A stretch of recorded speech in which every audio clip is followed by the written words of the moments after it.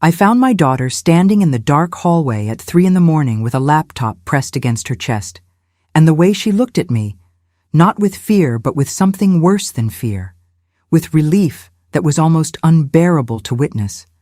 I knew before she even said a single word that something in my house had been broken for a long time, and I was the last one to know it. Let me go back. Let me start where it actually began, because that is what a story like this deserves. It deserves the whole truth, told slowly, the way a woman my age tells it when she has finally stopped being afraid of what the truth costs. My name is Rosalind Pierce. I am 77 years old. I have lived on Lakeview Orchard Road in Holland, Michigan for 31 years, in a pale wood house with white window frames and a front porch where I keep 2 rocking chairs that creak in the wind. The neighbors here leave flower pots on their steps and wave when they back out of their driveways, and everyone is very good at looking peaceful. I was good at it too. For a very long time, I was probably the best at it on the entire street. This story is not a news report. It is not a confirmed account from any official document. It is a story that I am telling because some things that feel very private also feel very universal, and because sometimes the only way to help someone else see a warning sign is to show them exactly how you missed your own. The names and the house and the details belong to this telling. The feelings behind it belong to every family that has ever chosen comfort over honesty for just a little too long. I want to be clear about that from the beginning, because I am 77 years old, and I have no patience left for pretending that a story has to be ripped from a headline to be worth listening to. The most important things that ever happened in my life happened quietly. In kitchens, in hallways, at 3 in the morning with a laptop and a daughter whose hands were not shaking because she was afraid of what she had found. They were shaking because she had been waiting 11 months for someone to finally be willing to look. I was born in Grand Rapids, about 30 miles east of Holland, in a family that believed in keeping the table set and the disagreements private. My mother was a woman who ironed dish towels. My father worked at a furniture plant and came home smelling like sawdust and never raised his voice at anyone that I can remember. They were good people with a deep belief that a quiet house was a happy house. I carry that belief in my body the way you carry a song you learned before you were old enough to question the words. I married Calvin Pierce when I was 34 years old. I want to be careful here because he is not a cartoon. He was never a cartoon. That is the part that makes this story hard to tell without sounding foolish. Calvin was attentive. He was organized. He paid bills on time and remembered anniversaries and called my mother every Sunday until she passed. He was the kind of man that other women mentioned when they said things like, "You are so lucky," and I believed them because I was. For a long time, I was. We raised Melanie in that pale wood house on Lakeview Orchard Road. She was our only child, born when I was 39, which meant she grew up with parents who already knew how to be patient with the world. She was a bright girl, with her father's practicality and my tendency to feel everything a little too hard. She went to school in Grand Rapids, studied accounting, came back to Holland for a few years, then moved to Chicago when she was 28. She called every Sunday. She sent cards on my birthday with handwritten notes inside instead of just signatures. She was the kind of daughter that people mention when they say, "You are so lucky," and I believed that too. When Melanie called in early autumn of the year before last and said she needed to come home for a while, I told her the room was ready before she finished the sentence. I did not ask a lot of questions. She said there had been a difficult situation at work, something involving contracts and a colleague who had been taking credit for her financial analysis, and that she needed time to recover and recalibrate. Those were her exact words. Recalibrate. She had always been precise with language. She arrived on a Thursday afternoon with 2 suitcases and a box of files she carried in from the car herself without letting Calvin help. I noticed that. I filed it away in the place where I put things that I do not yet understand. The room she came back to was the guest room at the end of the upstairs hall. It had a white iron bed and an old writing desk that had been mine in college, and a tall bookshelf that still held some of her things from when she was young. A row of accounting textbooks. a small ceramic owl she had bought at a craft fair when she was about 20. A photograph of the three of us at Sleeping Bear Dunes the summer she turned 22. The night she arrived, we had soup and bread at the kitchen table and talked about small things, the garden, a neighbor's new dog, a recipe I had been meaning to try. Calvin was quiet in the way he was sometimes quiet, not unfriendly, just economical with words, as if he was conserving something. Melanie watched him when he was not watching her. I noticed that too, and told myself it was the tiredness of traveling and the strangeness of coming home as an adult. After dinner, when Calvin had gone to watch television in the den, Melanie helped me wash the dishes, and then turned to me with her hands still damp and said something that I have thought about every single day since. She said, "Mom, I need to ask you something, and I need you not to say no before you hear me out." I dried my hands and turned to look at her. There was no drama in her voice. There was that precision I mentioned, that careful language, and underneath it, something that I can only describe now as calibration. She was deciding how much truth to hand me. She said, "I want to put a small camera in my room, just to monitor the door and the desk area while I sleep or when I am out. Nothing complicated. A basic motion sensor camera that records to my phone." I looked at my daughter for a long moment. I said, "That seems like a lot." She nodded slowly. She did not argue. She said, "I know it probably does." I went out to where Calvin was sitting and told him what Melanie had asked. He kept his eyes on the television for a moment before responding.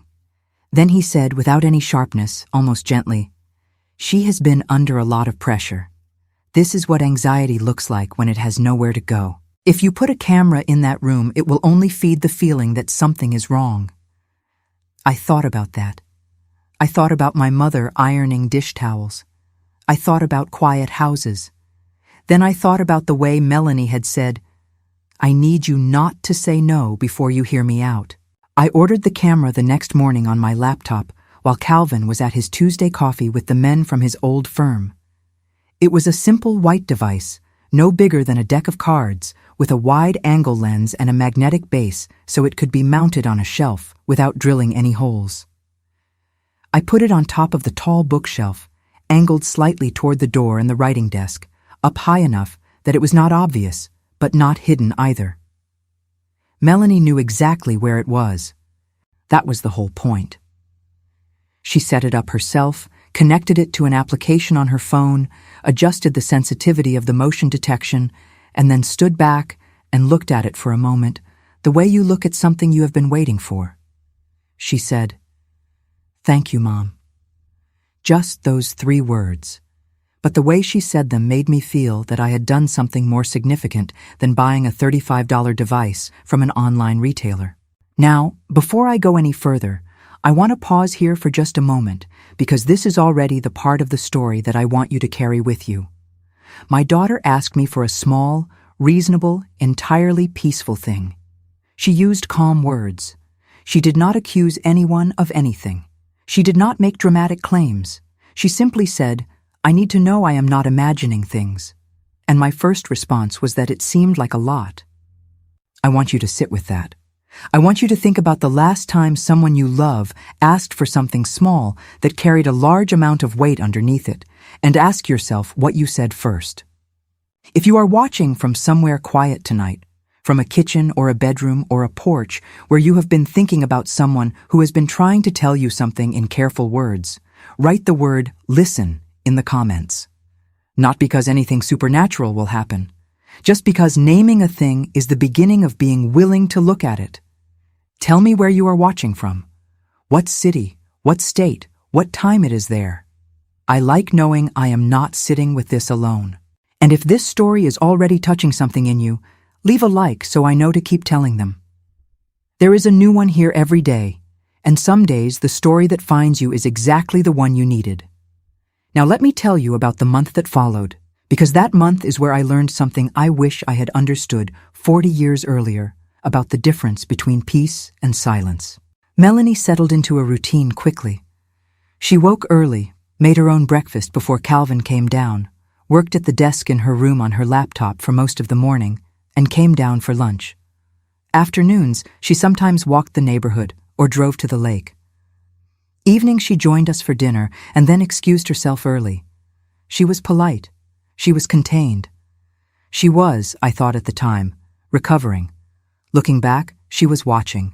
There were things I noticed about Melanie during that month that I told myself were symptoms of professional stress. She slept with her door closed and a straight-backed chair tilted under the door handle at a specific angle. I saw it once when I passed in the hall and her door had drifted open slightly. I thought it was peculiar. I thought, she is feeling insecure. She is adjusting. She is an adult woman who grew up in this house, and she has every right to any arrangement that makes her comfortable. She kept her files in a leather portfolio that she carried with her rather than leaving on the desk. She checked her phone in a specific pattern, 3 taps, a pause, 3 taps again, as if verifying something rather than reading messages. When the house phone rang and Calvin answered it in the other room, she would go very still and her eyes would move to the doorway. I cataloged these things the way you catalog clouds before a weather change, not with alarm, with the quiet attention of a woman who has been watching the sky for a long time. There was also a specific smell in the upstairs hallway on certain mornings that I could not place for several weeks. Something faintly chemical, like the inside of a new book mixed with something else. I mentioned it once at breakfast, and Calvin said it was probably the cleaning products I used on the baseboards. I had not cleaned the baseboards recently, but I let it go. That is another sentence that persists. I let it go. On the 18th day of Melanie being home, I was coming upstairs with a folded load of laundry and passed the door to her room. She was not in there. She had gone to the pharmacy. The door was slightly ajar, and I glanced in without meaning to, and I noticed that the blue ceramic owl on the bookshelf, the one she had bought at the craft fair all those years ago, was facing a different direction than it had been the day before. That is a very small thing. I understand that. An owl is not evidence. A shifted ceramic figure on a shelf is not confirmation of anything. But I had looked at that owl for 31 years in that house. First in my own room when it sat on my nightstand. Then on the shelf in what became the guest room. I knew exactly which way it faced. I knew the way you know the sound of a specific floorboard or the angle of afternoon light through a particular window. You do not decide to know these things. You simply do. I went and stood in the doorway for a moment. I looked at the desk. The leather portfolio was gone because Melanie had taken it with her. The desk surface was perfectly clear, but the middle drawer was a fraction of an inch further out than flush with the frame, and there was a small, faint smudge on the surface near the edge that looked like it might have been made by a shirt sleeve pressed briefly against the wood. I stood there for probably 45 seconds. Then I folded the laundry into the correct rooms and went back downstairs and started preparing dinner. But I thought about it. I thought about it all through cutting the vegetables and setting the table and listening to Calvin talk about a friend's boat that needed a new motor. I thought about it while we ate, and while I washed the dishes, and while I lay in bed that night listening to the house settle around me. I thought about my daughter sleeping behind a door with a chair under the handle. I thought about the camera on the bookshelf. I thought, she is either feeling anxious for reasons that have no specific cause, or she is feeling anxious for reasons that are entirely specific, and she has not yet told me what they are. Both possibilities, I realized somewhere around midnight, required the same response from me: patience, attention, and the willingness to not rush toward a comfortable explanation just because discomfort is harder to sit with. I have learned, in 77 years of living in close quarters with other human beings, that loneliness is not always visible. It does not always announce itself in tears or sharp words or obvious withdrawal. Sometimes it looks like perfect politeness. Sometimes it looks like an adult woman carrying her files with her to every room and sleeping with a chair against the door in her childhood home. Sometimes the person who is most carefully holding themselves together is the one who most needs someone to notice. I did not ask Melanie directly about the owl. I did not mention the drawer. I did not want to make her feel surveilled by the one person in the house she was supposed to trust completely. Instead, about a week after I had noticed those things, I came upstairs one evening with 2 cups of tea, knocked on her door, and asked if she wanted company. She opened the door immediately, as if she had been hoping for exactly that knock, and we sat together on the old iron bed with our cups and talked for a long time about things that had nothing to do with whatever was happening under the surface. We talked about my mother and the way she used to make apple butter in October. We talked about a summer when Melanie was about 11, and we drove up to Mackinac Island, and the ferry was delayed, and we sat on the dock eating fudge for 2 hours. We talked about the ceramic owl and how she had bought it with her own money, carefully saved from babysitting, because she thought it looked wise. She said, "I always thought if something was watching over the room, it would feel safer." I wrapped my hands around the warm mug. I said, "And does it?" She looked at the owl for a long moment. She said, "It's trying." I did not press. I told her good night and went back to my own room and lay awake for another hour, thinking about what it means when someone you love speaks in careful, measured sentences and you understand every word individually, but something in the arrangement of them tells you that there is a much larger sentence waiting underneath. One of the things I have learned about family, and I learned it slowly and at some cost, is that people inside a home often develop a shared language for not saying things. A family that values peace above honesty will build elaborate structures of implication and deflection and gentle misdirection that can stand for decades without anyone ever examining the foundation. You become fluent in not asking. You become skilled at not noticing. You mistake the absence of conflict for the presence of safety. My mother's house was like that, quiet and pleasant and slightly airless. I had tried not to build the same thing. I had believed for a long time that I had not. Sitting in my room that night, listening to the wind come off Lake Macatawa and move through the old maple tree at the corner of the yard, I began to wonder whether the quiet of my house was the peace I had worked for, or whether it was the same carefully maintained silence I had grown up inside, just with different furniture. I did not have the answer that night, but the question had woken up, and questions like that do not go back to sleep just because you would prefer them to. That is where the first sign really was. Not in the camera, not in the owl or the drawer. The first sign was that question, lying awake in my own bed, in my own house, wondering for the first time in 31 years whether the peace I lived in was entirely real. And downstairs, in the den, the television was still on. Calvin always fell asleep with the television on. I had learned to sleep through it years ago. I listened to it now, murmuring through the floor, and thought about all the things you can learn to sleep through if you are not careful. I want to tell you about the kind of man Calvin Pierce appeared to be, because the appearance matters. It matters because it explains how a thing can grow in a house without anyone in the house naming it. And because I think a great many people listening to this story will recognize the shape of it even if the specific details are different from their own experience. Calvin was 68 years old. He had retired 4 years earlier from a small financial consulting firm in Grand Rapids that he had helped build over 22 years. He was tall, with gray hair he kept neatly trimmed, and he wore pressed collared shirts even on Saturday mornings. He had a memory for names that made everyone feel important, and a way of listening in conversation that made you feel he was genuinely interested in whatever you were saying, which he usually was, as long as the subject did not require him to be wrong about anything. He was generous in specific ways. He always paid the dinner bill without discussion. He brought flowers home without being asked a few times a year. He drove elderly neighbors to medical appointments when their families were not available. He was on the board of the local historical society and helped organize the Tulip Festival every spring with a kind of meticulous enthusiasm that people found admirable. He was also a man who had very firm ideas about how things should be understood. When he said something, he said it with a particular quality of finality that was not aggressive but was deeply consistent. He did not argue loudly. He restated.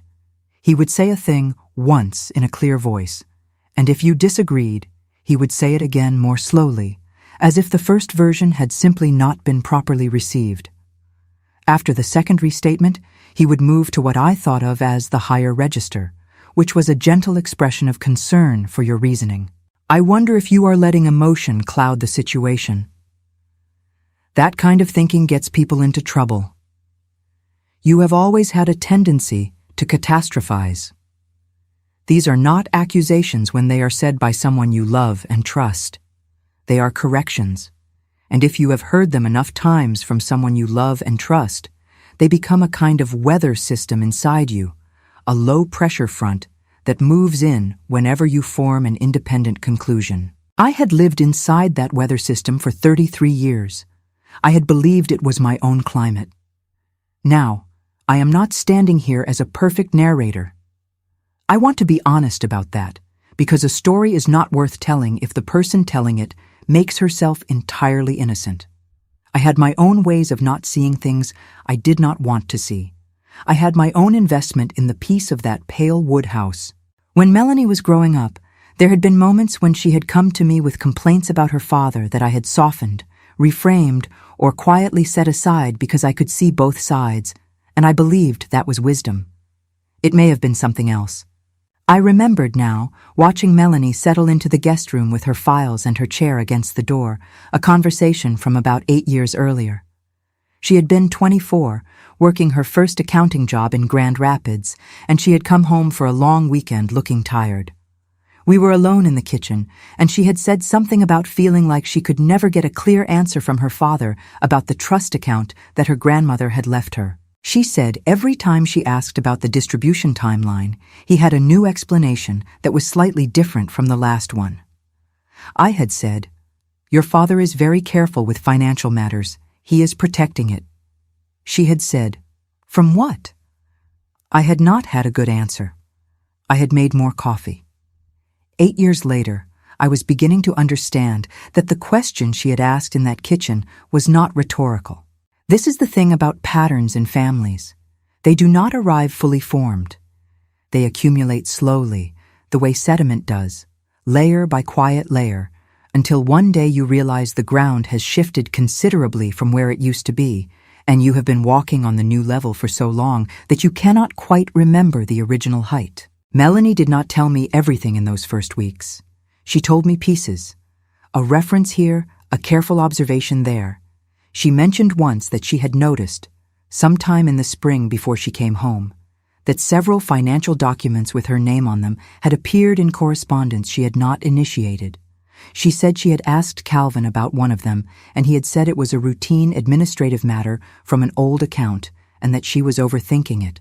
She said the phrase overthinking it with a particular expression that I recognized but could not immediately name. It took me a day to remember where I had seen that expression before.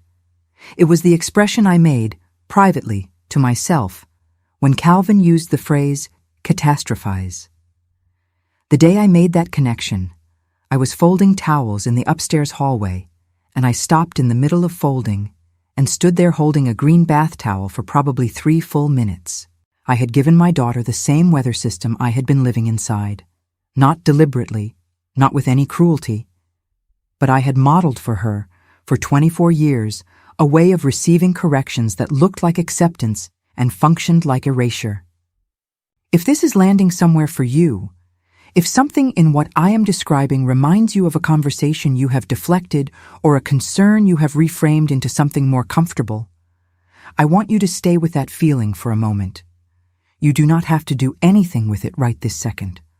But I want you to know that I see you in this story, because I was you, and because most of us are at some point.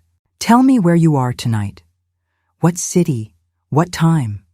Leave a like if this is touching something real. And if someone in your life has been trying to tell you something in careful words, share this story with them. Not as an accusation, just as a reminder that sometimes the most important thing you can do for someone you love is agree to look before you decide what you are seeing. Subscribe if you want to sit with me again tomorrow. There is a story here every day, and I promise I never tell them to leave you in the dark. Now, let me tell you about the documentation. Melanie, I came to understand, was an accountant. This is relevant in a way that goes beyond professional description. She had spent 12 years building the mental habit of making things legible, of creating records, of understanding that a number without context is just a mark on a page, but a number with a date, a source, and a relationship to other numbers is evidence of a pattern. She had started keeping a personal log in a small black notebook about 7 months before she came home. She did not show it to me until block 3 of this story, and I will get to that. But during our evening conversations, she would occasionally say something that I later understood was drawn from those pages. She mentioned once that she had begun to notice a correlation between specific conversations she had with Calvin, usually conversations in which she asked a direct question about a financial or administrative matter, and the subsequent appearance of unexplained changes in her digital files, moved documents, altered folder names, emails she did not remember sending that appeared in her sent folder. She said this calmly, not as an accusation, as an observation. I said, "Could there be technical explanations?" She said, "I tested for them." That was all she said. I did not ask her to explain what testing looked like. I was not ready to hear it fully yet. But I thought about it later, lying in bed. I thought about what it means to test for a technical explanation before concluding that the explanation is not technical. It means you have already made a serious internal assessment. It means the careful language is not the beginning of the concern. It is the distilled result of months of it. Melanie had not come home because she was anxious and needed to recalibrate in the innocent sense of those words. She had come home because she had run out of safe ground, and she needed to be somewhere that was not inside the problem while she figured out what to do about it. She had chosen my house. She had chosen to be inside the problem itself, because her only other option was to face it entirely alone, and she was not ready for that either. I think about that choice a great deal now. She came to the house where the source of the problem also lived. She asked for a camera because she could not tell me the whole truth yet, but she needed one layer of protection while she built toward it. She was, in her careful accountant's way, creating conditions for evidence in a situation where evidence was the only language that would be believed. I have learned something from watching my daughter that I want to pass on to you as directly as I can, because it is practical and because I believe it matters. When someone you love begins to exhibit what looks like anxiety, what looks like hypervigilance, what looks like disproportionate concern about ordinary things, the instinct is to treat the symptom, to soothe, to reframe, to offer comfort and perspective. That instinct comes from love, and it is not wrong. But the question underneath it is worth asking, quietly, privately, before you offer the reframe. Is this person anxious about something that is not there? Or are they anxious about something that they cannot yet prove? Because those two things require completely different responses, and treating the second one as if it is the first one is one of the ways that people who are trying to protect someone accidentally prevent them from being seen. I had been treating Melanie's second kind of anxiety as if it were the first kind for as long as I could remember. Calvin was very good at helping me do that. He did it without what I would call deliberate cruelty. He did it the way a person does something they have been doing for a very long time and have stopped examining. He would say a thing, and I would accept it, and the subject would move on, and the quiet would return, and I would call that management. I called it a lot of things. I called it perspective, maturity, balance, not catastrophizing. It had another name. I was learning it slowly. There is a term that people use now that I did not have in my vocabulary when I was raising Melanie, and it is this: gaslighting. I want to use it carefully because I have seen it used carelessly, applied to every ordinary disagreement and every moment when one person sees a situation differently than another. That is not what I am describing. What I am describing is specific and slow and very quiet. It is the consistent, repeated experience of having your own observations corrected until you stop trusting the observations. It is not one conversation. It is 10 years of the same conversation wearing down the same stone. It is being told, gently and consistently and by someone you love, that the way you see things is slightly off. And because you love them, you try to adjust your vision. And because the adjustment never quite resolves the underlying dissonance, you begin to believe that the problem is in your eyes rather than in the light. Melanie had been living in that specific low light for a long time. So, in many ways, had I. The difference was that Melanie had noticed. I want to be precise about what was happening in my house during those weeks, because I believe the precision matters for anyone who is living in or near a similar situation. Calvin was not storming through rooms. He was not raising his voice. He was having coffee with old colleagues and watching the news in the evenings and being perfectly civil at the dinner table. He asked Melanie about her recovery with what sounded like genuine care. He suggested she speak to someone professional about her stress. He offered to look into financial advisors who worked with people transitioning between jobs. Every offer landed slightly wrong.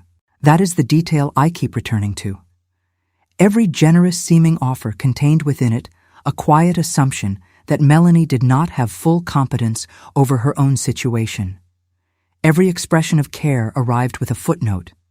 The footnote was always some version of, "You are not quite capable of managing this yourself." And he said these things to her in front of me, which meant that I was the audience for a performance I had not recognized as a performance. I was the witness who would later confirm, if asked, that Calvin had been nothing but concerned and helpful. I understand now that I was not just a bystander in this situation. I was, without knowing it, a structural element of it. That is a very uncomfortable thing to know about yourself. But I am telling you this story because discomfort is not the same as danger, and understanding your own role in a situation is not the same as blame. It is, in fact, the beginning of being useful. Toward the end of the second week of October, Melanie came downstairs for breakfast earlier than usual and found me alone in the kitchen. Calvin had a morning appointment.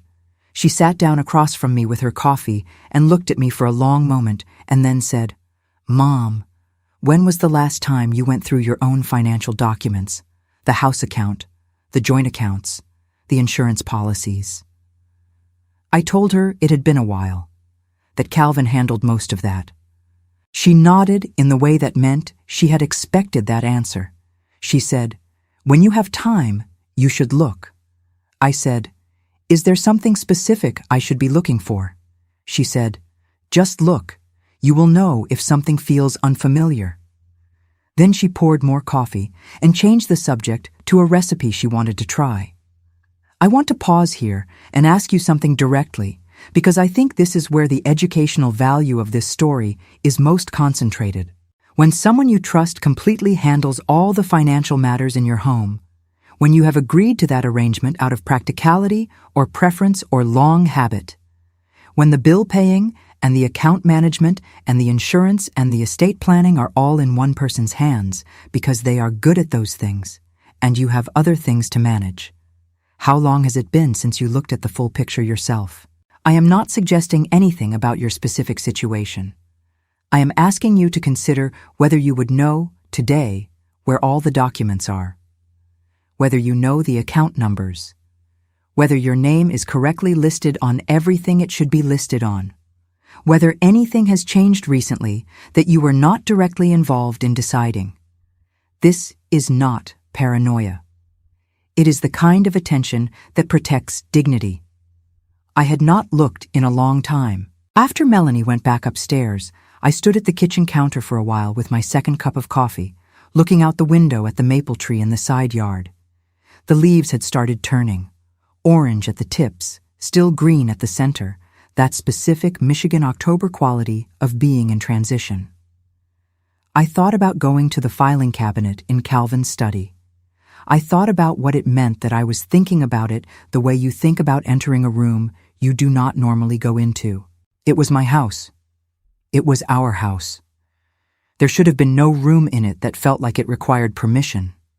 That feeling, the slight hesitation before the filing cabinet, the mild internal negotiation about whether it was appropriate for me to look at documents with my own name on them, was itself a kind of answer to Melanie's question. You will know if something feels unfamiliar. I knew. What I did not yet know was what I would find. I did not open the filing cabinet that day. I am not sure why. Perhaps I needed more time to decide what I was willing to know. Perhaps I was still in the weather system, still feeling the low pressure of all those years of gentle correction. But I thought about it for the next several days with an intensity that surprised me, and I began, without consciously deciding to, paying closer attention to the texture of ordinary life in that pale wood house. I started to notice things I had filed away and never returned to. The phone calls Calvin sometimes took in the car, in the driveway, that I would see through the kitchen window when I expected him to come inside. The specific drawer in his desk that was always locked, which I had never questioned because he had always been a private person and I had always respected that. A name I had heard him mention twice in phone conversations, a man named Jerry, which I had logged without significance and now found rising again in my memory. I also began to notice the pattern of when Melanie was most watchful. It was not random. It tracked with Calvin's movements. When he left the house, she relaxed in a specific and measurable way. Her shoulders lowered. She laughed more freely at the table. She moved through the house without that slight edge of awareness. When he came home, she would go upstairs within the hour. It was not dramatic. It was not obvious. If you were not paying attention, you would call it a preference for quiet evenings. But I had been a mother for 32 years, and I knew the difference between a preference and a response. And the thing I had decided, lying awake in my room in that second week of October, was that from that point forward I was going to pay attention. Not with panic, not with accusation, not with the dramatic, unsupported certainty that makes people dismiss concern as emotion. With the quiet, patient, unhurried attention of a 77-year-old woman who had finally stopped confusing the absence of noise with the presence of safety. The camera had been running for 27 days. Melanie had said nothing about what it had captured. She had checked it every morning, quietly, with her tea, and gone about her day. She had not shown me anything. She was, I understood now, waiting for a pattern. She was building a record that was complete enough to be believed. She was thinking like an accountant. She was thinking like someone who had learned, over a long time, that feelings alone do not change minds. I thought about that on the 27th day, sitting in the kitchen at 9 in the evening after Calvin had gone to the den and Melanie had gone upstairs, and I wrote 4 things in the small notebook I kept in my nightstand drawer. I wrote the date. I wrote, "Camera installed 27 days ago. Melanie has reviewed it daily." I wrote, "Melanie watches the door when Calvin is home." I wrote, "I do not feel comfortable in the filing cabinet." Then I put the notebook away and got into bed and lay there in the dark, listening to the house settle and the maple tree move outside and the faint murmur of the television from the floor below. I did not sleep well, but I had started writing things down, and that I have since learned was one of the most important things I did. Because what I was learning slowly and at some cost to my comfort is that paying attention and then recording what you have paid attention to is not the same as being suspicious. It is not an accusation. It is a form of respect for your own perception. It is a way of saying I trust what I observed enough to give it a permanent place. I had spent too long trusting other people's observations of my observations more than I trusted the original observations themselves. That was changing. The 28th day was quiet. The 29th day was quiet. On the 30th day, Melanie went to the grocery store in the early afternoon, taking her portfolio and her laptop bag as she always did when she left the house. Calvin was supposedly at the Historical Society. He came home at 2:15. He went upstairs for about 20 minutes. I heard his steps on the floorboards, which I now knew the sound of individually. He came back down and poured himself a glass of water and asked if I wanted him to start the grill. I said that sounded nice. I went upstairs while he was on the back porch, and I stood in the doorway of Melanie's room. The ceramic owl on the bookshelf was facing a different direction again, the specific direction it had been facing before I first noticed the change, as if someone had restored it to a previous position. The desk drawer was closed perfectly flush. The air had that faint chemical smell. I walked back to my room and opened my nightstand notebook and added 2 more lines. I wrote the time. I wrote, "Owl moved, drawer perfect, Calvin home 20 minutes while Melanie out." Then I went back downstairs and set the table for dinner. That night, at 3:12 in the morning, my bedroom door opened softly. Melanie touched my shoulder with the careful precision of someone who had planned the exact pressure. She said, "Mom, come with me. Do not turn on the hallway light. He is asleep." And I got up. I followed my daughter down the dark hallway in my nightgown and my wool socks, and I want you to understand the particular quality of silence in a house at 3 in the morning when you are trying not to wake someone who is sleeping 40 feet away. Every step is a decision. Every breath is measured. The hallway I had walked 10,000 times in 31 years felt entirely different when I was walking it like that, pressed close to the wall, following the pale shape of my daughter moving through the dark ahead of me. She opened her door without a sound. She had oiled the hinges sometime in the past week. I noticed that, and I did not ask about it. She had been preparing for this moment. The room was dark, except for the blue glow of the laptop screen on the bed. She had positioned it facing the door, away from the wall, so the light would not seep under the frame into the hallway. I sat beside her on the white iron bed, and she pulled the laptop onto her knees and opened the recording application without saying a word. The interface showed a list of motion-triggered clips sorted by date and time. There were more of them than I expected. She scrolled past several, moving with the practiced efficiency of someone who had watched all of them already, and stopped on a clip from 4 days earlier. She pressed play.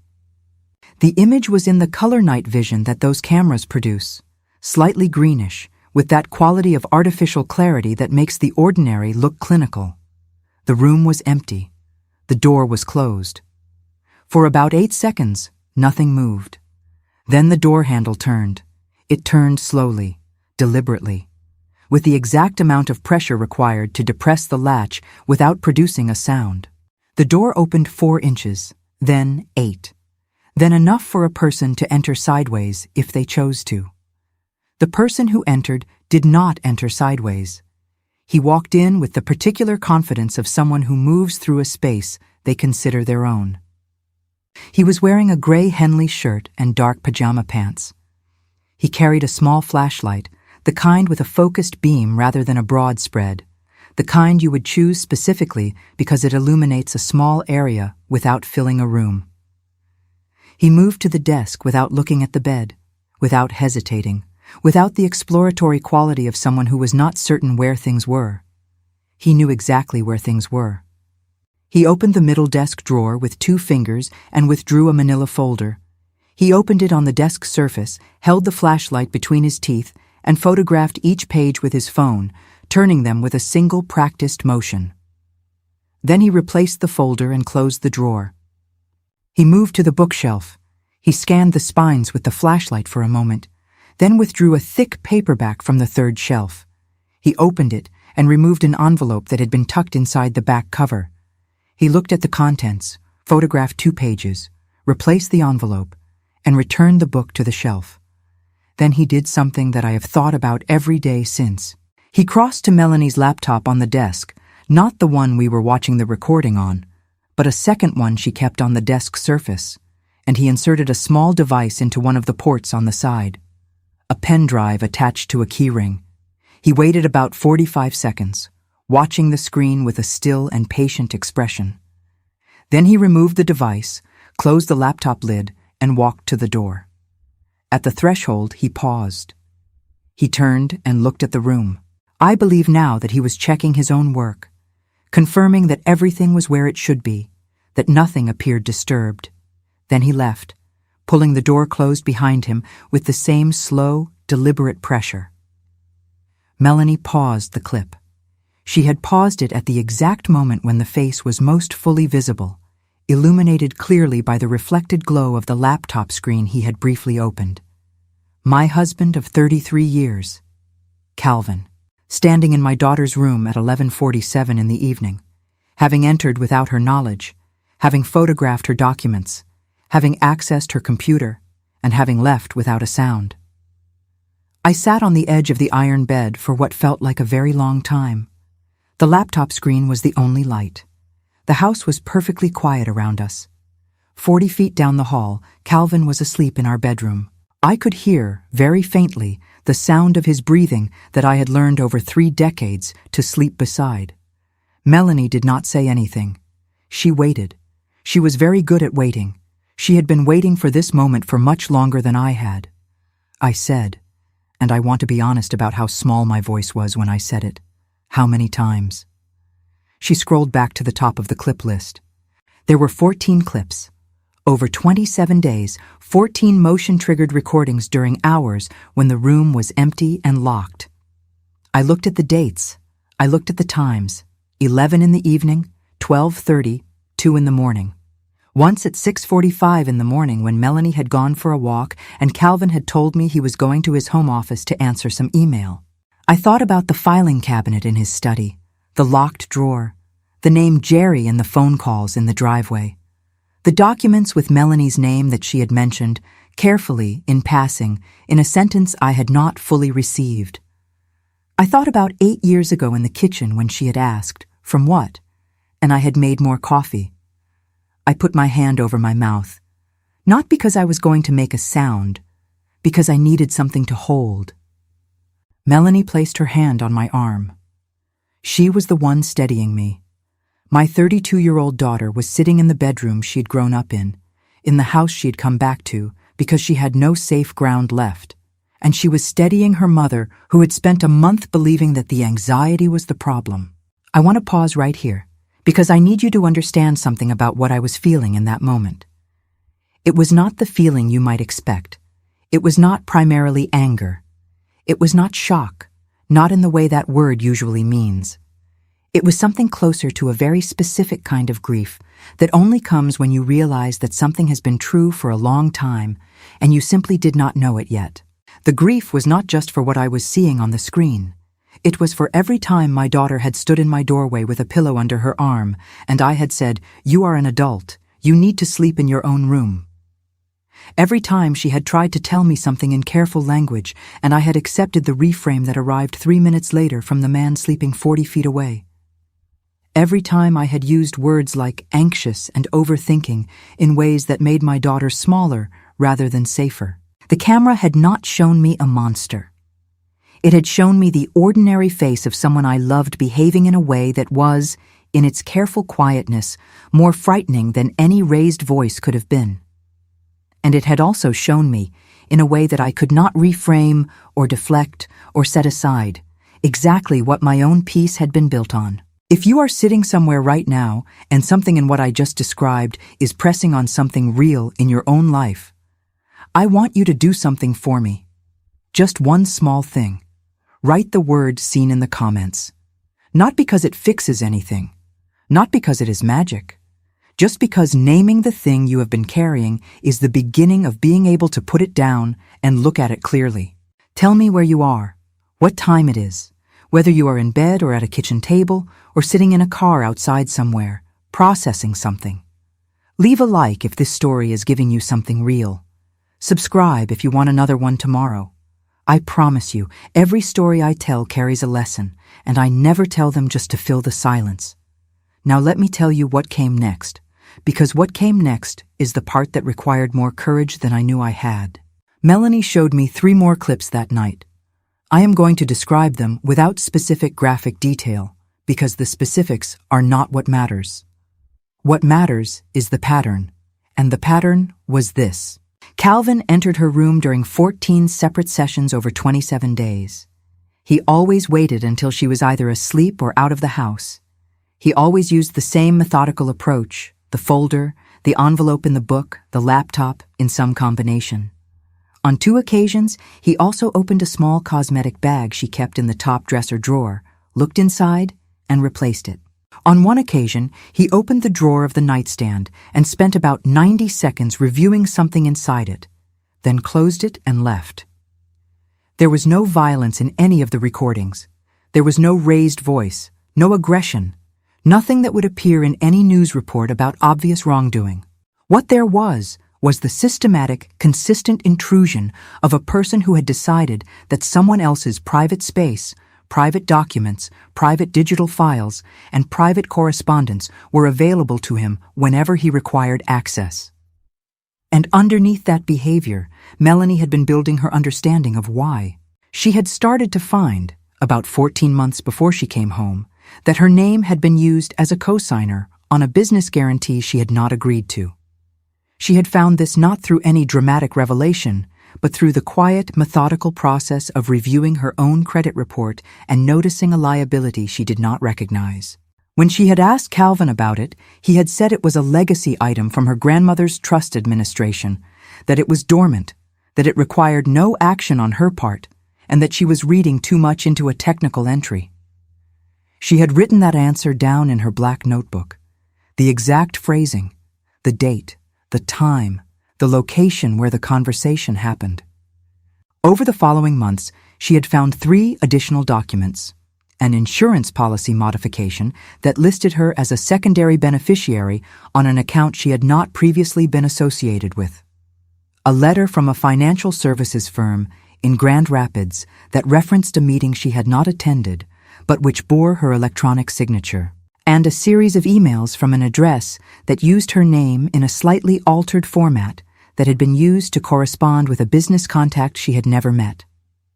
She had taken each of these findings to Calvin individually over the course of nearly a year, and each time he had provided an explanation that was complete and calm and entirely plausible if you did not already have the previous explanation in your notebook to compare it to. She had compared them. The explanations did not hold together. They were internally consistent in isolation and mutually contradictory in accumulation, the kind of inconsistency that is invisible if you address each item separately and unmistakable if you lay them side by side. Melanie laid them side by side. This is what an accountant does. This is what someone does when they have been told enough times that their perception is off, and they have finally decided to stop adjusting their perception and start documenting the actual data instead. I am going to say something here that I believe with my whole heart, and I want you to hear it as practical wisdom rather than as a lecture, because I am not a lecture. I am a 77-year-old woman sitting with the consequences of a very long pattern. If you are in a situation where your concerns are consistently reframed as emotional overreaction, where your questions are answered with explanations that feel complete but do not quite settle the underlying unease, where you find yourself apologizing for noticing things, the most powerful thing you can do is not to argue more forcefully or to demand a different explanation. The most powerful thing you can do is to write down what you actually observed, in your own words, with the date and the time, before the explanation arrives to replace it. Not as evidence against anyone, not as preparation for a confrontation, just as a record of your own perception, just as a way of saying to yourself, I saw this, I heard this, I noticed this, and my noticing deserves a permanent place. Because one observation is a moment, 10 observations over 6 months is a pattern. And a pattern, documented carefully and without hysteria, is something that no reframe can entirely dissolve. Melanie had been doing this for over a year. She had come home because she needed the physical proximity to the source of the pattern in order to test one final hypothesis, and because she had needed a witness. Not to confirm what she already knew, she was certain enough of that on her own. She had needed a witness because there is a specific kind of courage required for the next step. And that courage is easier to find when the person you love most is finally in the same room as the truth. I was that person. I was the last person she had left who could be that witness, and I had almost let her carry it alone because I was good at quiet houses. We sat on the iron bed until almost 5 in the morning. Melanie showed me her notebook. She walked me through 14 months of careful observation, dates and times and direct quotes and comparisons. The notebook was not dramatic. It was precise. It was organized the way her mind had always been organized, methodically and without unnecessary emotion.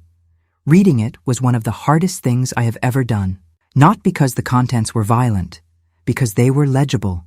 because every entry was a moment I could trace back to my own kitchen table, my own living room, my own voice saying, "Your father is very careful with financial matters. Your father is protecting it from what? More coffee?" I had been a structural element of this situation. I sat with that knowledge in the blue light of the laptop screen, and I did not try to argue it away or soften it or find an explanation that made me less implicated. I sat with it the way you sit with something true. At about 4:30, I heard Calvin turn over in the bedroom down the hall. A floorboard settled. Melanie went very still. We both listened. The house went quiet again. And sitting there, listening to a floorboard settle in my own house with the specific attention of someone who was not sure what would come next, I understood something about my daughter's experience of the past 14 months that I had not been capable of understanding before. She had been living with this quality of attention constantly, not occasionally at 4:30 in the morning, but every day, every evening, every time a floorboard settled or a door opened or a notification appeared on her phone. She had been carrying the weight of sustained awareness in a situation where the thing she was aware of wore a familiar face and sat across from her at dinner. That is exhausting in a way that does not show on the outside. That is the kind of tiredness that looks like anxiety, the kind that gets reframed as overthinking. I owed my daughter an apology that I was not going to be able to adequately make, and I knew it. But I also owed her something more useful than an apology. I owed her action. And action, I had decided somewhere in that 4:30 quiet, was what I was going to provide. I told her to try to sleep for a few hours. I told her I was going to my room to think. I told her to leave the camera running. She looked at me for a moment in the way that asked whether I was really going to do something, or whether this was the beginning of another long return to the quiet. I said, "I am going to make a list." She nodded. She knew what that meant coming from me. A list was a commitment. A list meant the thinking had an output. I went back to my room and I opened my nightstand notebook and I sat up in bed in the dark and I wrote for about 40 minutes. I wrote what I had seen. I wrote what I had read in Melanie's notebook. I wrote the dates I could remember. I wrote the names. Jerry, the firm name from the letter, the email address, the policy number. I wrote my own observations from the past month. The owl, the drawer, the smell, the 14 clips. The morning Calvin had been upstairs for 20 minutes while Melanie was at the grocery store. Then I closed the notebook and lay back on my pillow and stared at the ceiling until the light began to come through the curtains. At 6:15, I heard Calvin get up. I heard him go to the bathroom. I heard him go down the stairs to the kitchen, where the coffee maker clicked on as it always did on the timer he had set. I heard him moving in the kitchen as he always did. The mug from the cabinet, the spoon from the drawer. The quiet domestic sound of a morning that looked, from the outside, exactly like every other morning in that pale wood house. I have thought a great deal, since that night, about the particular courage required to take the next step when the problem lives inside your own home and wears the face of someone you have loved for 33 years. I have thought about how easy it would have been, how understandable it would have been to wait a little longer, to need more time, to tell myself that I was not quite sure, that I might be catastrophizing, that perhaps there was an explanation I had not yet considered. I want to be honest with you.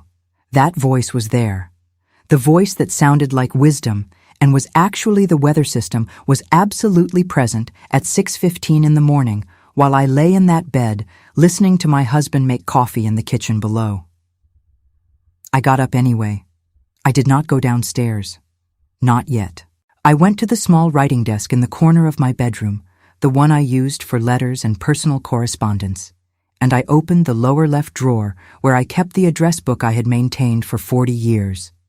Near the back, under the letter W, I had written a name and a phone number that a friend from church had given me about a year earlier when she was navigating a difficult estate matter. The name was Margaret Weiss, an attorney in Grand Rapids who handled family law and estate matters. I had written the number down because my friend had said, "You never know when you might need someone like this," And I had thought she was probably right, but I had filed it away with the comfortable confidence of a woman who did not yet fully understand her own situation. I looked at it for a long moment.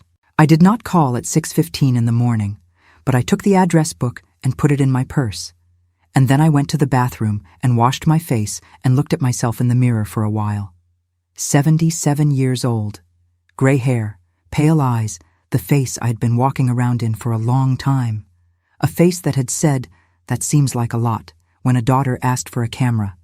A face that had said, "Your father is very careful. More coffee, not catastrophizing." Looking at it now, in the early light, I thought, all right, Rosalind, pay attention. When I went downstairs, Calvin was at the kitchen table with his coffee and the newspaper he still had delivered in paper form. He looked up when I came in and said good morning with the complete normalcy of a man who had slept well and expected Tuesday to look exactly like Monday. I said good morning back. I poured my coffee. I sat at the table and I looked out the window at the maple tree, and I held my mug in both hands and I breathed. That was the morning I stopped waiting. If you have ever had a morning like that, when you woke up on one side of a line you could not quite name, and the simple act of making coffee became the first act of a different kind of decision, you know what I mean, without me needing to describe it further. If you have not had that morning yet, but you are sitting somewhere right now with the feeling that it might be coming, I want you to know something. You are not alone. And the courage you are going to need is not the loud, dramatic kind. It is the quiet Tuesday morning kind, the kind that does not announce itself, the kind that just gets up and puts the address book in the purse. Tell me where you are tonight, what time it is there, whether something in this story is sitting with you in a way you were not expecting. If you have stayed this far, leave a like.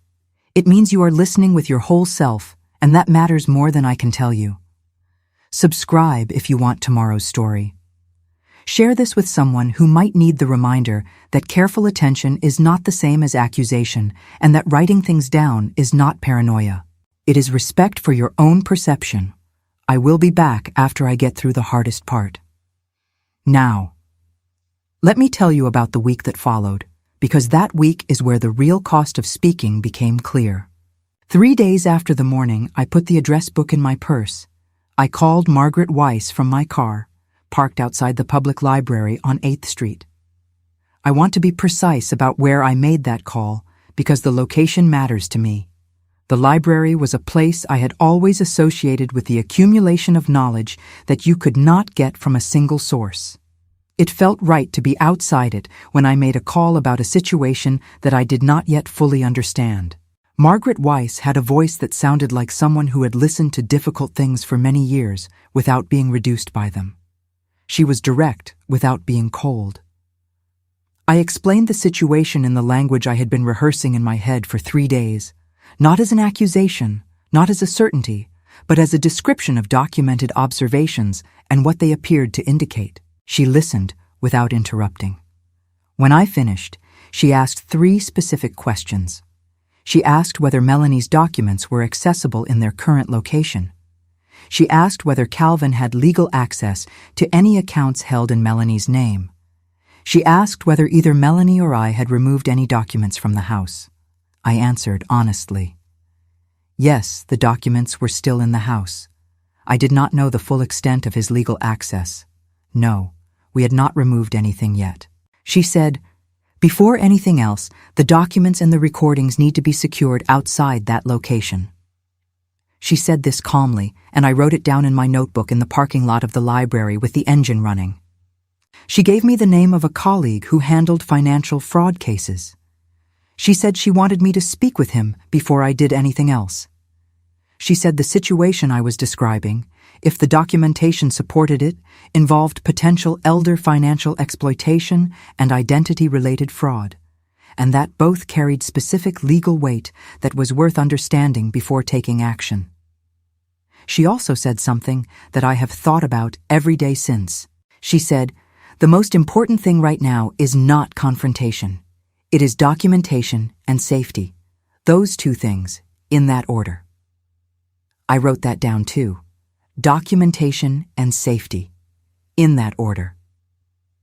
I sat in that parking lot for about 10 minutes after the call ended, watching people carry library books to their cars, and I thought about how different the world looks when you are inside a problem versus looking at the library from a parking lot, trying to decide what to do about it. I went home. I made lunch. I did not say anything to Calvin. I did not say anything to Melanie at lunch because Calvin was at the table. But in the afternoon, when he left for the Historical Society, I went upstairs and knocked on Melanie's door. I said, "I need you to make copies of everything. Every document, every clip, every page in the notebook. 3 sets, different locations." She looked at me with that expression I had seen a few times now, the one that was relief and grief mixed together in exact equal measure. She said, "I already have 2 sets." I said, "Make it 3. She nodded. I said, "And I need you to come with me on Thursday morning. I have someone I want you to talk to." She asked who. I told her about Margaret Weiss and the colleague she had mentioned. I told her what Margaret had said about documentation and safety. Melanie sat down on the edge of the bed. She said, "Mom, I want you to know something. I did not come home to get you involved in this in a way that would hurt you. I came home because I had nowhere else to go. I want you to know the difference." I sat down next to her. I said, "I know the difference, and I need you to hear this clearly. Being involved is not going to hurt me. Not being involved already has." She leaned against my shoulder. She had not done that since she was about 14 years old. I put my arm around her, and we sat there for a while in the afternoon light coming through the curtains, and neither of us said anything because sometimes the right thing to do with a moment is simply to be inside it. That evening, the backlash arrived. I had not said a single word to Calvin about any of it. But something had shifted in the atmosphere of the house, the way a weather change shifts before you can see any clouds, and Calvin felt it. At dinner, he was more attentive than usual, more focused on me specifically. He asked about my day with a precision that felt like an assessment rather than a question. He made a joke that required me to confirm something he already knew about my routine. He watched Melanie in a way that was subtle, but that I was now equipped to notice. After dinner, while Melanie was upstairs, he came into the kitchen where I was doing dishes and stood behind me with his arms crossed and said casually, "Rosalind, I want to ask you something." I kept washing. He said, "Has Melanie said anything to you about some concerns she has been having? About financial matters?" I did not stop moving. I said, "She has been talking to me about a lot of things. She has been under stress." He said, "I am a little worried that she may be building a narrative around some things that have ordinary explanations. I have seen her do this before. When she was under pressure at her last job, she developed a similar pattern of looking for external causes for her own difficulties." I rinsed a dish. I said, "What kind of pattern?" He said, "A tendency to find significance in coincidences, to connect unrelated items. It is a stress response. It is not her fault, but I would be careful about encouraging it." I dried my hands. I turned around and looked at him. This man, this tall, gray-haired, Tuesday morning ordinary man who I had slept beside for 33 years. I said, "I will keep that in mind." He nodded with the gentle expression of someone who has said a necessary thing and expects it to be received. He went back to the den. I stood at the kitchen sink for a long time. The word he had used was narrative. She is building a narrative. In all the years of careful, consistent reframing I had experienced in that house, I had never heard him apply it so directly, so early, so specifically targeted at cutting off a conversation that had not yet fully begun. He was not waiting to hear what Melanie had said. He was preemptively explaining it. I went upstairs that night and sat at my writing desk and wrote the entire kitchen conversation in my notebook, word by word, as close to verbatim as I could reproduce it. I wrote his exact phrasing. I wrote the time. I wrote, "He brought this up without being asked," without any indication from me that I had been told anything specific. He was worried, and his worry had arrived precisely calibrated to discourage me from listening to my daughter. I thought about the word narrative, and I thought about the 14 clips. and the notebook with 14 months of dated entries, and the manila folder photographed in the middle of the night, and the electronic signature on a meeting Melanie had never attended. And I thought, if there is a narrative being built in this house, the person who built it was not my daughter. I added one more line to my notes. I wrote, "He knows something has changed." And then I closed the notebook, and I lay down, and I made myself sleep, because the next step required a clarity that exhaustion would not allow. On Thursday morning, I told Calvin that Melanie and I were going to Grand Rapids for a few hours. I said I wanted to take her to a good lunch and walk around the market. He said that sounded nice. He kissed my cheek at the door the way he had kissed my cheek 1,000 times. The gesture was so familiar it almost undid something in me. Almost. I got in the car. Melanie was already in the passenger seat with her bag on her lap and both sets of copied documents sealed in a flat envelope that she held against her chest like something she would not put down for any reason. We drove to Grand Rapids. Margaret Weiss had connected us with a colleague named David Farron. He was a quiet man in his 50s with a plain office on the second floor of a building near the river, the kind of office that communicated competence through its complete absence of decoration. He had a yellow legal pad and a pen, and he listened with his eyes mostly on the pad. I want to be very honest with you about what that meeting was and was not. It was not a dramatic confrontation scene. There was no moment where someone slammed a folder on a desk and said, "We have you now." It was two women sitting across from a careful man and presenting documented observations, and a careful man asking specific questions, and the slow, methodical process of understanding what the documentation actually showed. What it showed, over about 2 hours of review, was this. Melanie's name had been used, without her initiating consent, on a business guarantee issued to a commercial lender in connection with a transaction involving Calvin's former firm. The guarantee was not dormant, as Calvin had told her. It had been active and had incurred a partial liability. There were also 2 insurance policy modifications in which her name appeared as a beneficiary or co-signer on accounts she had no prior knowledge of. And the letter from the financial services firm, the one that referenced a meeting bearing her electronic signature, referenced a transaction in which her name appeared as a consenting party to an investment reallocation. David Farron said carefully that what the documents suggested, if they proved what they appeared to prove, was the unauthorized use of her identity and digital signature in financial transactions for the benefit of a third party. He said the specific name for this kind of pattern, depending on the underlying intent and provable harm, could range from unauthorized use of identity to financial exploitation of a family member. He said this would require further review by someone with specific expertise in financial law. He said the recordings were relevant as supporting evidence of a pattern of unauthorized access to documents and digital devices. He said Michigan had specific statutes regarding financial exploitation of adults that were worth understanding. He also said, and I am telling you this because I think it is the most important thing he said, the first priority is to ensure that no additional documents can be accessed or altered.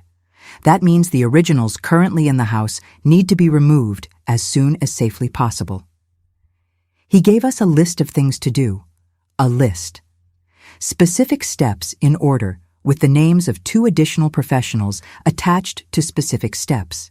I looked at that list, and I thought about all the mornings I had stood at a kitchen counter, believing that the thing that was required of me in that house was acceptance.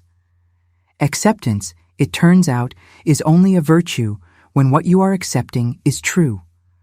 When what you are accepting is a managed version of reality, acceptance is just a comfortable name for being compliant.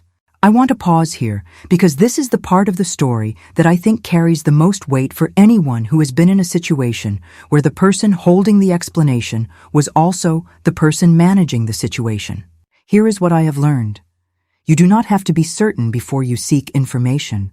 You do not have to have proof before you ask a question. You do not have to wait until the harm is undeniable before you talk to someone qualified to help you understand what you are looking at. The step that requires the least courage is the first one. And the first one is just this. Tell someone outside the situation what you have observed, without embellishment, without accusation, without demanding a conclusion before the information has been examined.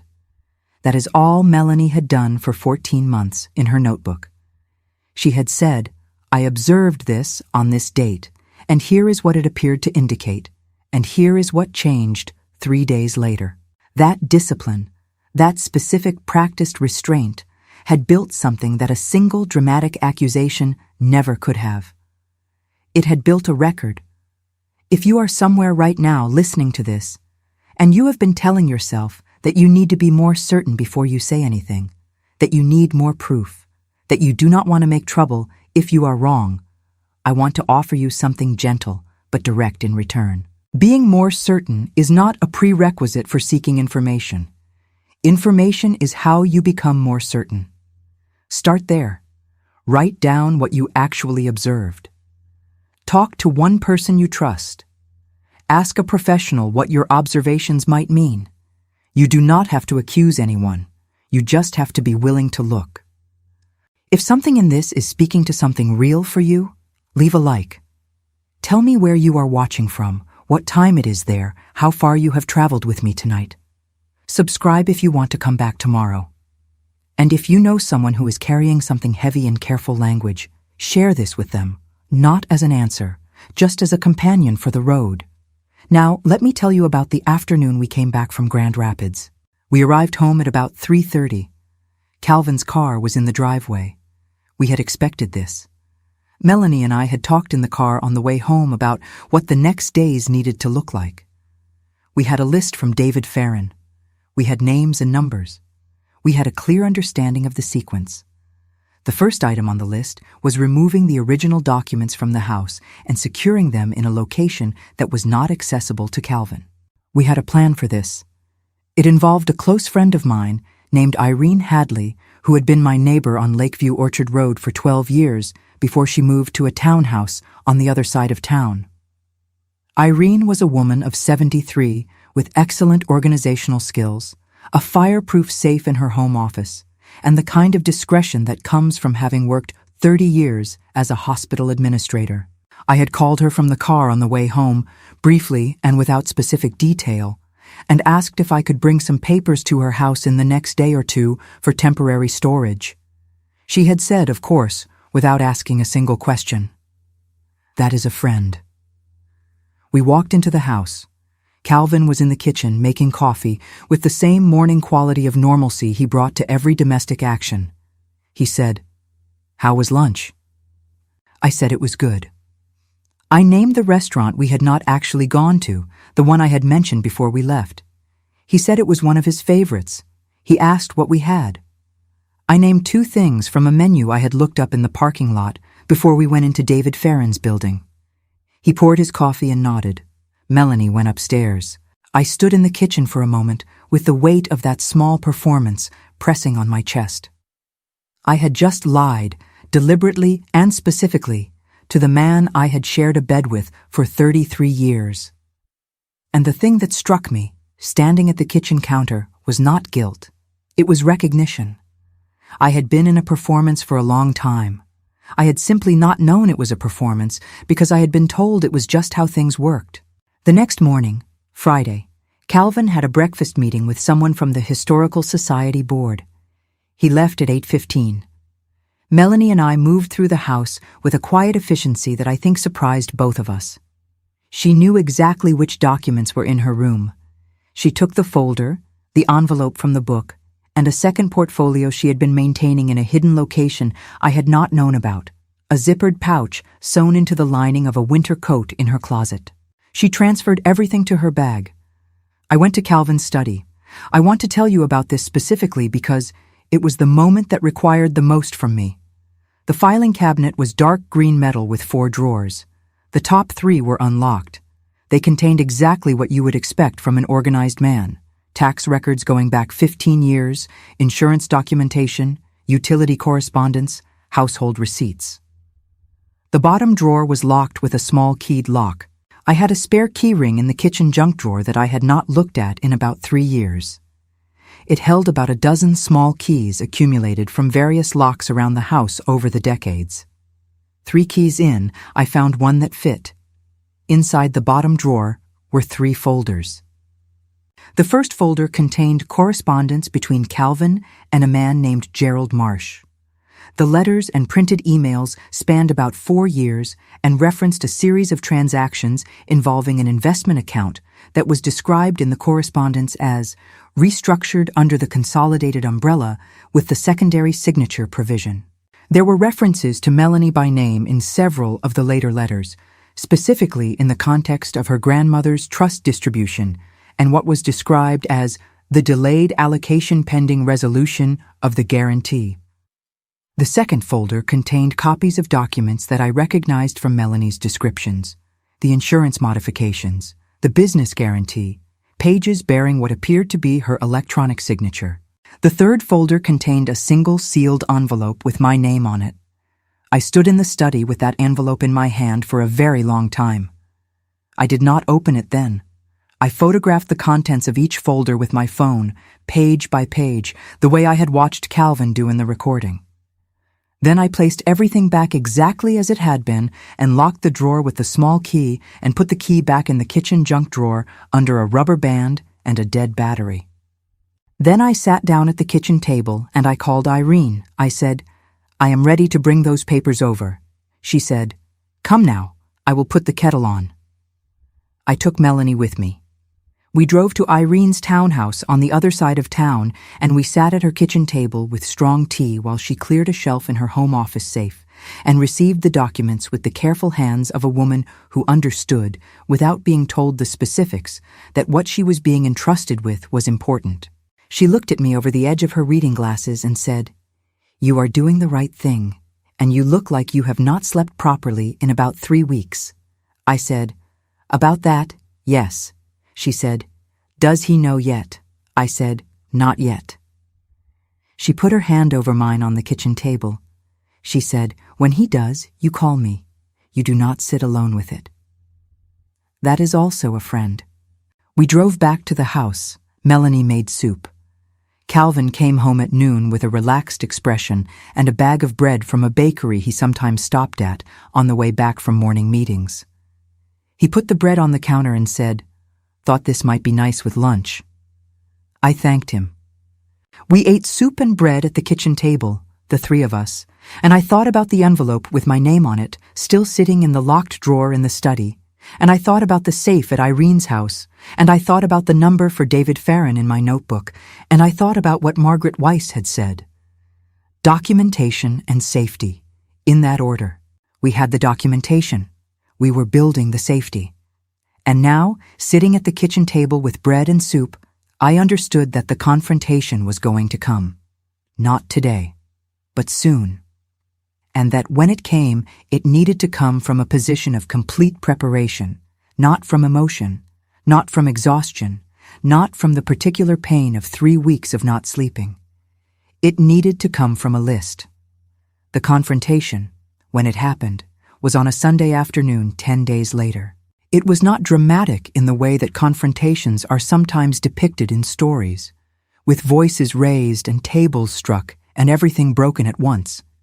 It was a kitchen table conversation, the same table where we had eaten soup and bread, where we had eaten thousands of meals over 31 years. Melanie had asked Calvin to be home that afternoon for a family conversation. She had phrased it exactly that way, a family conversation. And I had been in the room when she said it, which meant he could not easily deflect or postpone without addressing both of us. He sat at the table with the expression of a man who was prepared for something and had decided that preparation was its own kind of defense. Melanie put the copied documents on the table in a flat stack. She did not spread them dramatically. She placed them as you would place a report you were about to present at a professional meeting. She said, "I want to talk about these." Calvin looked at the stack for a moment. His expression did not change. He said, "What is this?" She said, "You know what it is." He began to restate, "I want to tell you that it was almost mechanical, the way it arrived, the same register I had heard for 33 years, gentle and patient and completely certain that the explanation would be received as it always had been. He said there were explanations. He said she was interpreting administrative documents through a lens of professional stress. He said that the trust had been managed in her best interest throughout, and that the delays were structural, not intentional. I said, "Calvin." He looked at me. I said, "We have the recordings." The kitchen was very quiet. He said, "What recordings?" I said, 14 of them, over 27 days. Your face is clear in every one." He was quiet for about 10 seconds. Then he said, "Rosalind, I need you to think very carefully about what you are doing." I said, "I have been thinking carefully about it for 3 weeks. I have also been writing things down." I put my own notebook on the table next to Melanie's stack of documents.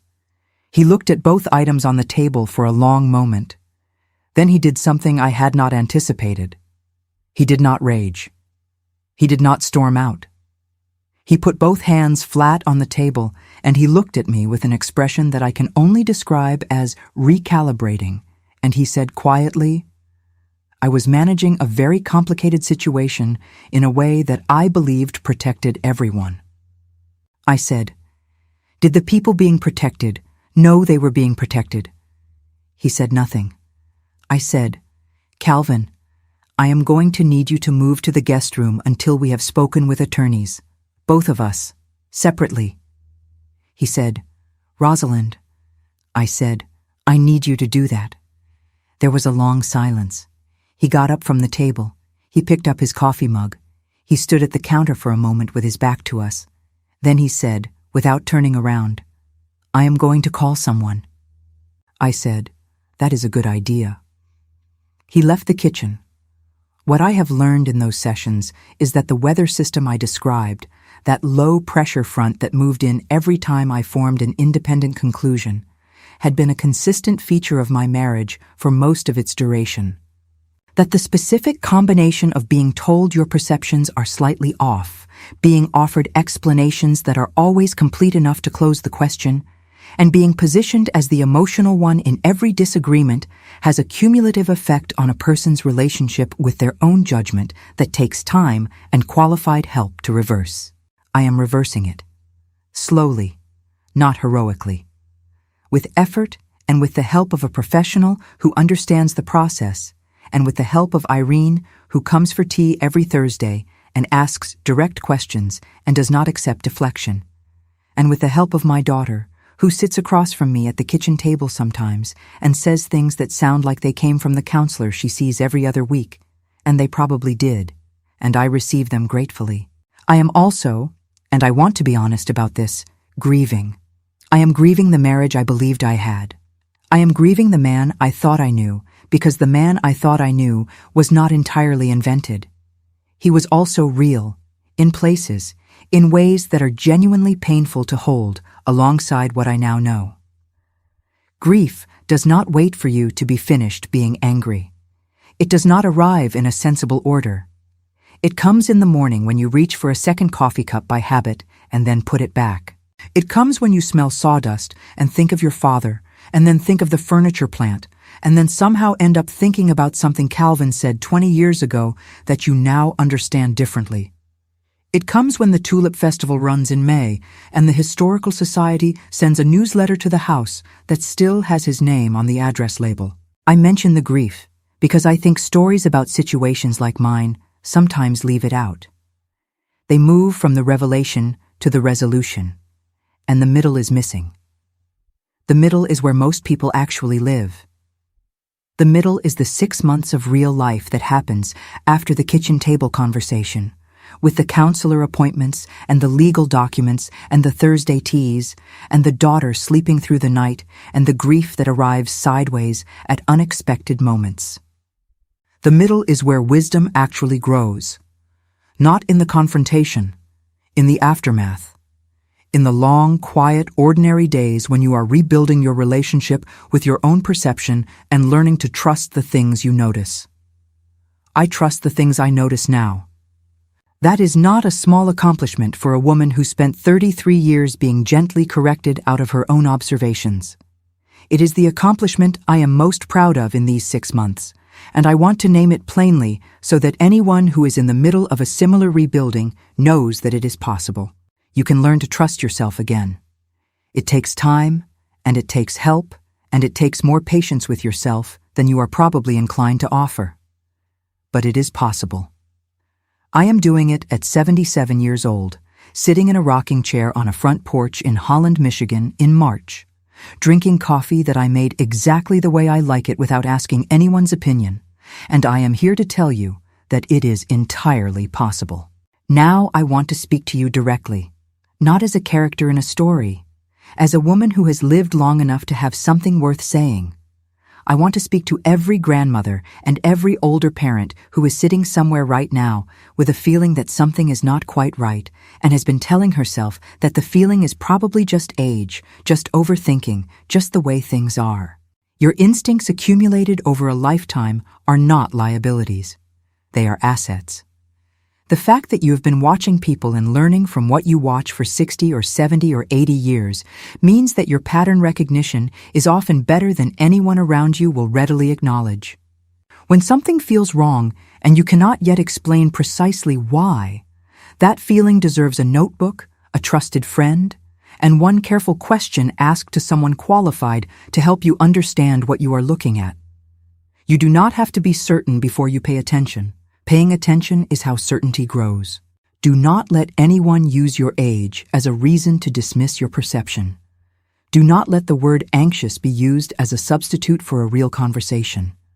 Do not confuse the absence of raised voices with the presence of safety. And please, please do not mistake the habit of keeping a quiet house for wisdom if that quietness has been built on your silence rather than on your genuine peace. I want to speak to every adult child who has been carrying something in careful language for a long time and has not yet found a person willing to look before they decide what they are seeing. Keep the notebook. Keep documenting. Keep asking one careful question to one trusted person at a time. The evidence you are building with your patience and your precision is worth more than the confrontation you do not yet have the support for. Find the Irene in your life, the person who will receive the documents without asking unnecessary questions and put the kettle on. Find the Margaret Weiss, the professional who will listen without requiring you to be more certain than you currently are.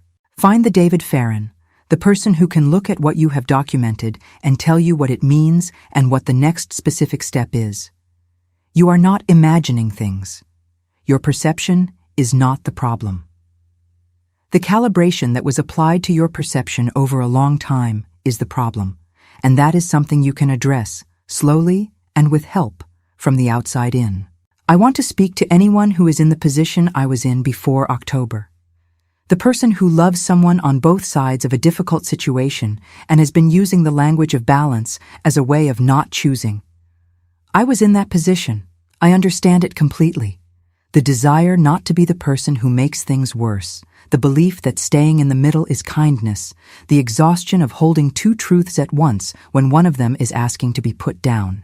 Here is what I know now. There is a difference between not taking sides in a conflict between equals and declining to see harm when someone in your care is being harmed. The first is wisdom. The second is complicity. And the fact that it is accidental complicity does not make the person experiencing the harm feel any less alone inside it. You are allowed to choose your daughter. You are allowed to choose your mother. You are allowed to choose the person who came to you with careful words and a reasonable request, even when choosing them means looking directly at something you would prefer not to see. Love sometimes requires that we look at things we would prefer not to see, not to destroy, not to rage, not to perform justice. Just to look. Just to say, I see this, I will not look away from it. You are not carrying it alone. I want to speak to anyone who is in a financial situation that they do not fully understand because someone they trust has always managed it. I want to speak to this carefully and without alarm because I am not suggesting that financial trust between partners is inherently suspicious. It is not. But financial invisibility, the condition of not knowing where your own documents are, not knowing what accounts hold your name, not knowing what has been signed or authorized in your name without your specific knowledge, is a vulnerability that has nothing to do with whether the person managing your finances is trustworthy. Know where your documents are. Know the account numbers. Know what your name is on. Not because something is wrong, because it is your name and your signature and your financial identity, and those things belong to you, and your awareness of them is not optional. If you have not looked in a while, look. If something feels unfamiliar, ask. If the question is met with an explanation that closes the conversation before you feel fully answered, write down the explanation, write down the date, and look again in a month. Documentation is not paranoia. It is dignity.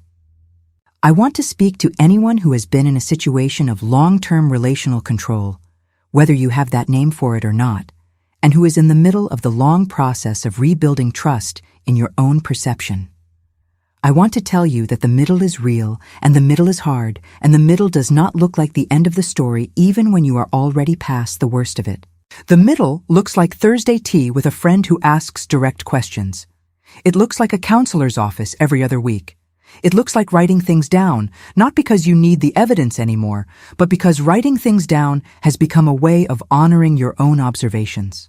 It looks like making coffee exactly the way you like it, and sitting on the porch in March in your coat and your wool socks, and simply being inside your own quiet, which is finally actually your own.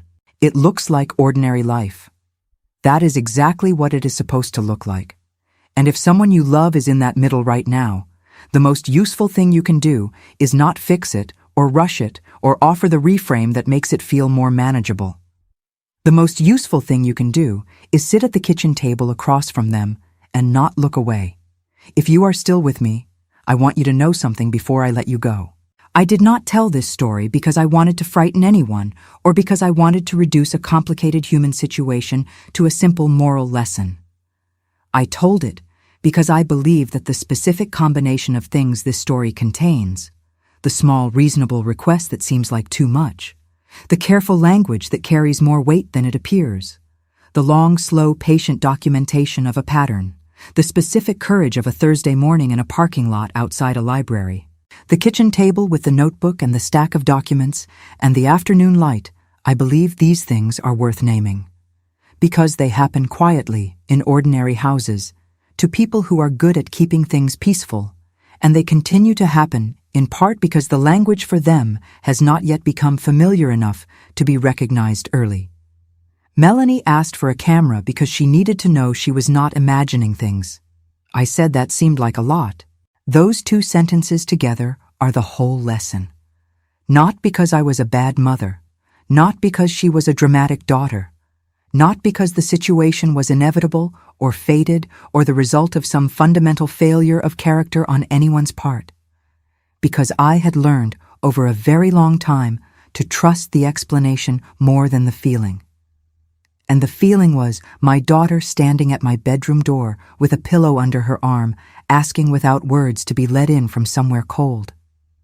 Every time I said, "You are an adult, you need to sleep in your own room," I was choosing the explanation over the feeling. I am not going to do that anymore. That is the commitment I have made to myself in the 6 months since that 3 a.m. walk down the hall in my wool socks. Not to perform perfection. Not to fix everything I got wrong. Not to spend the rest of my time grieving the years I spent inside the weather system instead of naming it. Just this. I am going to choose the feeling first. I am going to let the feeling exist long enough to be examined before I accept the explanation that arrived to replace it. I am going to write things down. I am going to call Irene. I am going to sit in the rocking chair on the front porch and drink my coffee and look at the maple tree and trust the things I notice. The ceramic owl is on the bookshelf facing the window now.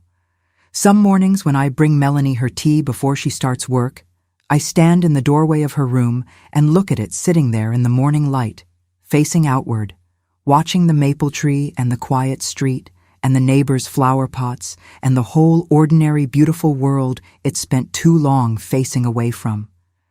And I think about all the things that shift when you finally let someone turn back toward the light. I think that is enough for today. I think that is more than enough.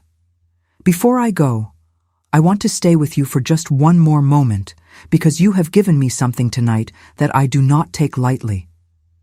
You gave me your time and your attention, and some of you gave me something more private than that, the part of yourself that recognized something in this story and let it land. That is not a small thing. If this story gave you something to carry with you, leave a like. Not for my sake, though I am grateful for every one of them, but because it is a way of saying, I heard something true here, and true things deserve acknowledgement. Subscribe if you want to come back tomorrow. There is a new story every day in this place, and I do not tell any of them lightly. They are all built the same way this one was, out of careful attention to the things that happen quietly in ordinary houses and the lessons that live inside them. If someone you love needed this story tonight, share it with them. Not as an accusation, and not as an answer, just as a companion, just as a reminder that paying attention is not the same as causing trouble, and that writing things down is not paranoia. It is respect for your own perception. It is the beginning of being able to look at something clearly. Tell me where you are watching from, what city, what state, what corner of this country or this world you are sitting in right now. Tell me what time it is, whether it is the quiet middle of the night or the early morning or the afternoon when the light comes through a specific window at a specific angle and makes the ordinary look luminous. I read those comments the way I used to read letters, with my full attention, every single one. If you have truly listened tonight, if you have let this story sit beside something real in your own life, leave the word safe in the comments.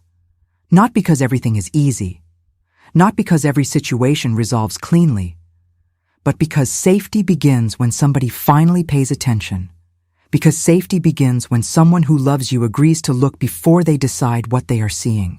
Because somewhere tonight, there is a woman standing in a dark hallway wondering whether the thing she is carrying is real or whether she is imagining it. And the most important thing anyone can say to her is, I am going to look with you. I am going to look with you. From my kitchen table to wherever you are sitting right now, thank you for being here. Thank you for listening all the way to the end. Take care of the people who trust you. Take care of the people who speak carefully and carry more than they say. Take care of the people who ask for a small, reasonable thing and wait to see whether you will say that it seems like too much. And take care of yourself, because you cannot look clearly at anyone else if you have stopped trusting what you see. The word tonight is safe.